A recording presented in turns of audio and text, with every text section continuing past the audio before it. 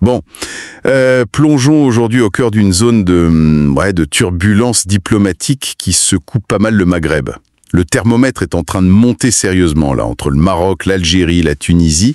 Et au centre de tout ça, une question qui paraît simple, les visas. Mais les informations qu'on a suggèrent que c'est bien plus qu'une simple querelle administrative, hein. C'est plus profond, potentiellement explosif même. Alors, essayons d'y voir un peu plus clair. L'idée, c'est de décortiquer un peu les couches de cette crise, comprendre les actions des uns, les réactions parfois très vives des autres, et surtout déceler un peu les enjeux de pouvoir, les stratégies géopolitiques qui se jouent en arrière-plan, du moins telles qu'elles nous sont rapportées. Oui, et ce qui interpelle d'emblée, c'est la vitesse à laquelle la tension est montée. Il faut bien voir que les visas au Maghreb, c'est jamais anodin. Ça touche à la circulation des gens, bien sûr, mais aussi à des symboles très forts. La fraternité ou au contraire la défiance. Toucher à ça, c'est jouer avec des équilibres qui sont déjà très précaires. On réveille des sensibilités. Alors, commençons par ce qui semble avoir un peu mis le feu aux poudres, ou du moins ce qui était officialisé, le rétablissement du visa par Alger pour les Marocains. C'est une mesure forte quand même. Quelles sont les raisons avancées pour justifier ce tour de vis? Alors, la communication algérienne officielle, elle est très claire là-dessus. C'est la sécurité. Il parle d'un détournement de l'exemption de visa qui prévalait avant. Selon Alger, on parle d'activités jugées nuisibles, contrebande à grande échelle, infiltration de réseaux criminels, voire même des soupçons d'espionnage. Donc le message, il est net, la sécurité nationale d'abord. Point. Une posture de fermeté donc. Assumé. On verrouille au nom de la sécurité. Mais est-ce que les analyses nous disent comment c'est perçu? Est-ce que c'est vu comme crédible ou est-ce que c'est plutôt un prétexte dans un jeu de tension plus global? Mais c'est toute la question, évidemment. Ce qui est sûr, c'est que ça s'inscrit dans une affirmation très très nette de la souveraineté algérienne. En mettant en avant la sécurité, Alger place ça sur un terrain où la négoce semble exclue d'office. C'est une façon de dire nos frontières, nos règles. Ça colle avec une ligne politique algérienne assez constante qui veut maîtriser son environnement proche. Après, prétexte ou pas, les interprétations varient forcément. Mais Alger dit que c'est une réponse nécessaire. D'accord. Et cette réponse algérienne, ou plutôt la situation qui a mené, parce que certaines analyses pointent d'abord une politique marocaine, comment c'est vécu de l'autre côté à Tunis?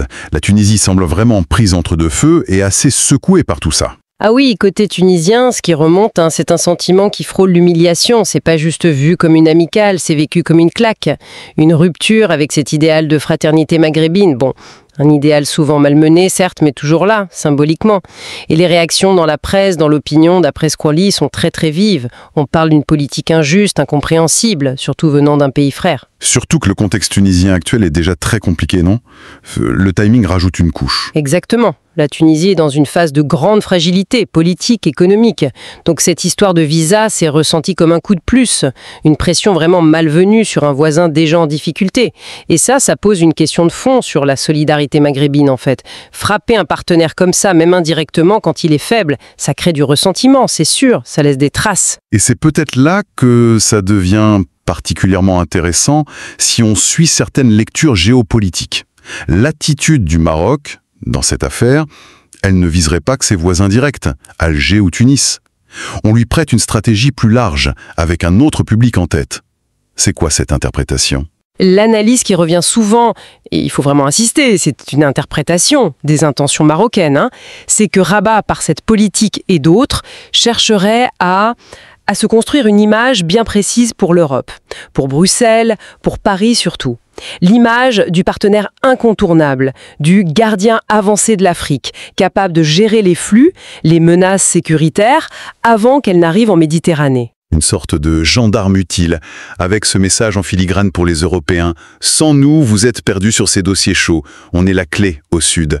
Et on parle même dans ces analyses d'un possible soutien, français notamment, à cette ambition marocaine de se positionner comme ça, pour contrebalancer Alger. C'est exactement cette grille de lecture qui est proposée, que ce rôle de verrou, de partenaire privilégié, serait activement cultivé par Rabat. Et que ça trouverait un écho, oui, dans certaines capitales, Paris en tête. L'argument historique qui ressort parfois, c'est cette idée d'une continuité, vous voyez, que la France, par exemple, se serait toujours un peu appuyée sur Rabat pour équilibrer, voire contenir ce qui est vu comme le poids ou l'influence algérienne. Donc les visas, ce serait un outil dans cette stratégie d'influence. Donc si on suit cette logique, la gestion des visas, les contrôles, etc., ce serait juste une pièce sur un échiquier beaucoup plus vaste. Un moyen pour Rabat de marquer des points auprès de l'Europe, de renforcer son statut de partenaire stratégique, quitte à froisser sérieusement ses voisins. Présenté comme ça, oui. Les enjeux migratoires, sécuritaires, c'est central dans la relation Europe-Maghreb. En modulant sa politique de visa, en affichant une certaine fermeté, même si ça crée des tensions régionales, Rabat enverrait, selon cette lecture, des signaux très calculés. Le message serait « Regardez comme on est sérieux, comme on contrôle, on est le partenaire fiable qu'il vous faut ». Mais j'insiste vraiment, ce sont les motivations et la stratégie attribuées au Maroc par ces analyses. Ce n'est pas nous qui affirmons les intentions réelles de Rabat, c'est une lecture géopolitique qui circule. Voilà. C'est fascinant comme lecture. Et en miroir de cette stratégie marocaine supposée très tournée vers l'Europe, vers la démonstration de son utilité, comment l'Algérie, elle, est dépeinte dans sa propre affirmation de puissance? Les mêmes analyses décrivent une approche radicalement différente, on dirait. On n'est plus dans la séduction de l'Europe, là. Tout à fait. Le contraste est frappant, tel qu'il est décrit. Là où le Maroc chercherait à se vendre comme indispensable à l'Europe, d'après ses lectures, l'Algérie, elle, adopterait une position beaucoup plus auto-centrée. Elle affirmerait une puissance qui n'a pas besoin de validation extérieure, une force vue comme intrinsèque, basée sur des atouts tangibles, une histoire post-coloniale aussi différente. Et c'est quoi ces atouts concrets qu'on met en avant pour décrire cette puissance algérienne intrinsèque? Sur quoi elle repose d'après ces perspectives? Bon, l'atout numéro 1, évidemment, c'est l'énergie. Le gaz. L'Algérie est un géant gazier et avec la crise énergétique actuelle, la recherche européenne de diversification, ce levier est plus puissant que jamais. Les analyses rappellent qu'Alger sait utiliser cette carte pour négocier d'égal à égal avec les Européens sans avoir à demander un statut particulier.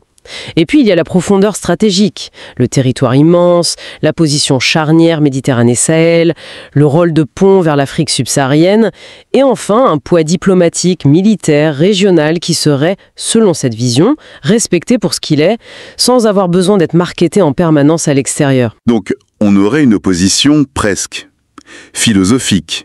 D'un côté, un Maroc décrit comme cherchant la reconnaissance européenne, comme levier d'influence, et de l'autre, une Algérie dépeinte comme plus autonome, s'appuyant sur ses ressources propres, sa géographie, et moins préoccupée par le regard européen. C'est la distinction fondamentale qui ressort de ces analyses, oui.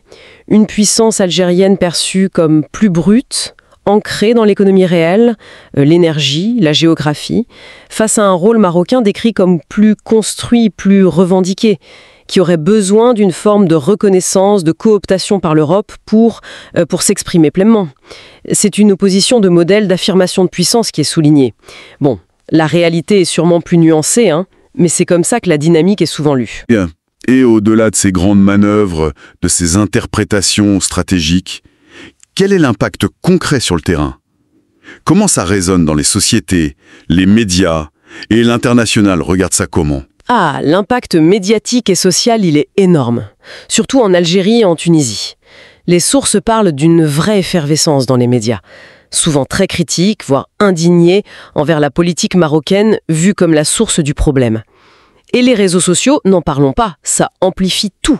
Ça relaie ce qui est appelé provocation, mépris. Clairement, ça touche une corde sensible. Au niveau international, c'est évident que c'est scruté de très très près. Paris, Bruxelles, Madrid, Washington, tout le monde regarde. Une escalade au Maghreb, ça a des répercussions directes sur des dossiers clés pour l'Europe, les États-Unis. Migration, énergie, terrorisme au Sahel. Personne n'a intérêt à ce que ça s'embrase. Et il y a cette autre dimension qui refait surface, souvent dans ces crises régionales. Le poids de l'histoire.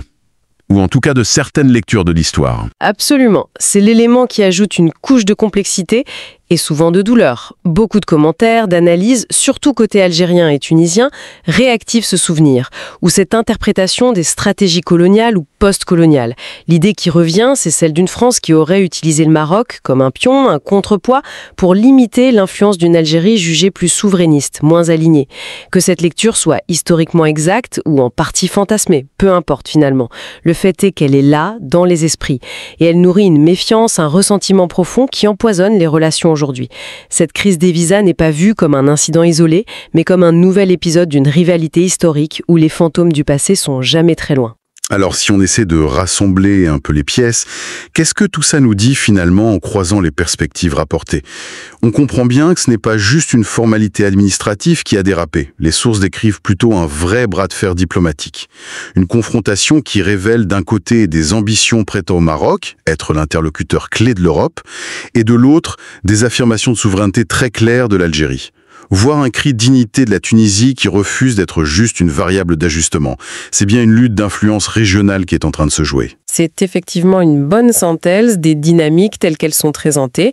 Et ça nous amène inévitablement à une réflexion plus large, qui émerge un peu en filigrane de certaines conclusions rapportées, sans ajouter d'éléments qui ne seraient pas dans notre matériel, bien sûr. Ces analyses opposent souvent, implicitement ou non, deux visions. L'une centrée sur la défense des intérêts nationaux, de la souveraineté, peut-être même sur une solidarité intra-maghrébine, même si elle est bafouée, et l'autre qui chercherait plus à s'insérer dans les logiques qui les attendent des puissances extérieures, européennes surtout, pour en tirer un avantage stratégique. Ce qui nous laisse avec une question en suspens pour la suite. Exactement. Une question qui dépasse les péripéties du moment, les perceptions parfois passionnelles, au-delà des calculs diplomatiques immédiats, des stratégies attribuées aux uns et aux autres. Quelle approche de l'avenir, quelle conception de la souveraineté et de la coopération va finir par s'imposer au Maghreb? Est-ce qu'on va vers une affirmation plus autonome de la région ou vers une intégration de plus en plus différenciée dans les jeux d'influence euro-méditerranéens, avec les rivalités que ça suppose? C'est sans doute ça l'enjeu fondamental derrière cette crise des visas.